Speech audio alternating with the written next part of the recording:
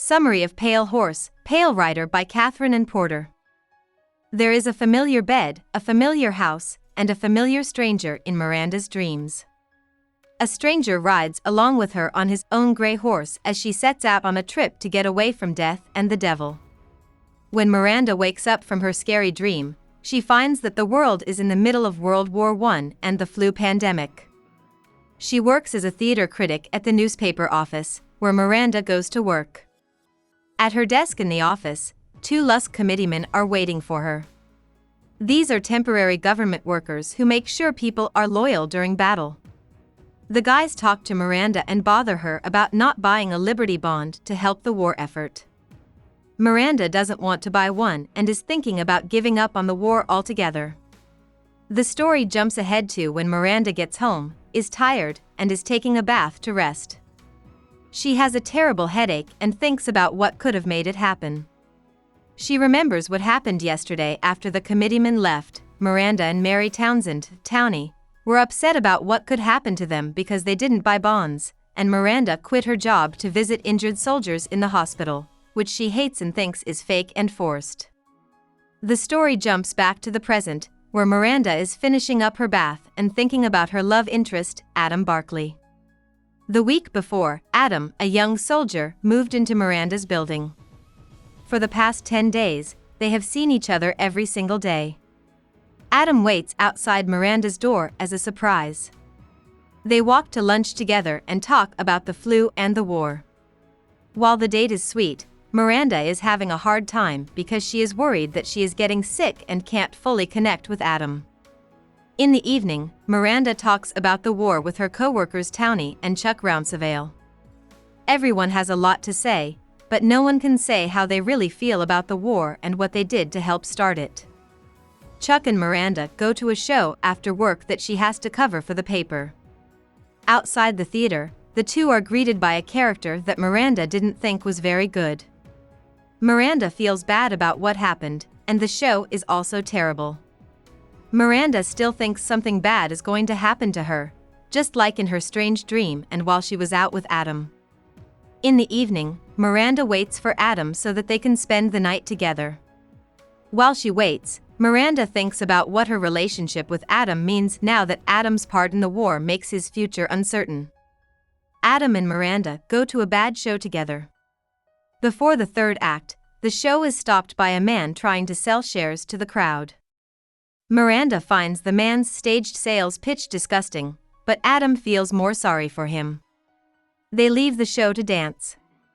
Before Miranda knows it, she is passed out and sick in bed. Adam shows up and takes care of her. Miranda goes crazy from time to time while the pair prays and sings together. Before Adam goes to bring back ice cream and hot coffee, they tell each other they love each other. She falls asleep and wakes up in the hospital, but Adam is not there. During her time in the hospital, Miranda has dreams about death, nothingness, and utopia. At first, Miranda is scared of death and the darkness that will never end, but her vision steers her in a different, more hopeful path. As the darkness gives way to light, Miranda sees the faces of loved ones who have died. The perfect, lovely dream world shows Miranda a place where she can fully connect with others and be understood, which is something she has never been able to do before. Miranda starts to feel better in the end. She finds out that the First World War is over and that she can now start to get better. She learns that Adam was called up and died of the flu in a camp abroad. Friends are thrilled to hear that Miranda is no longer sick, so Townie and Chuck bring letters from them to her.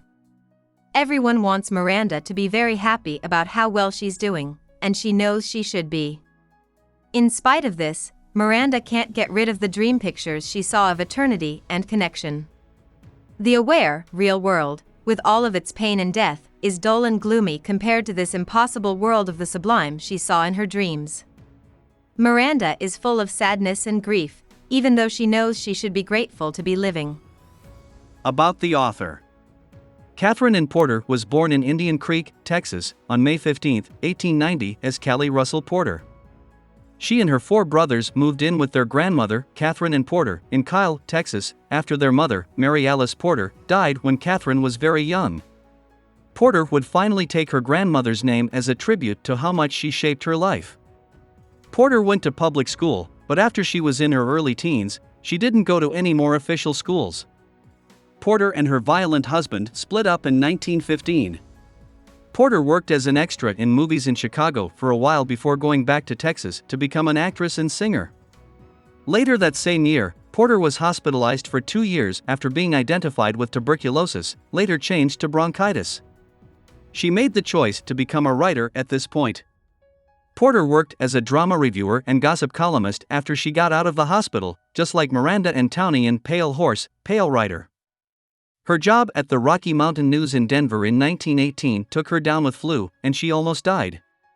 After that, she worked as a ghostwriter for children's books in New York City and as an editor for a magazine in Mexico, where she met Diego Rivera and other leftists in Mexico. Porter lived in both New York and Mexico for the next 10 years.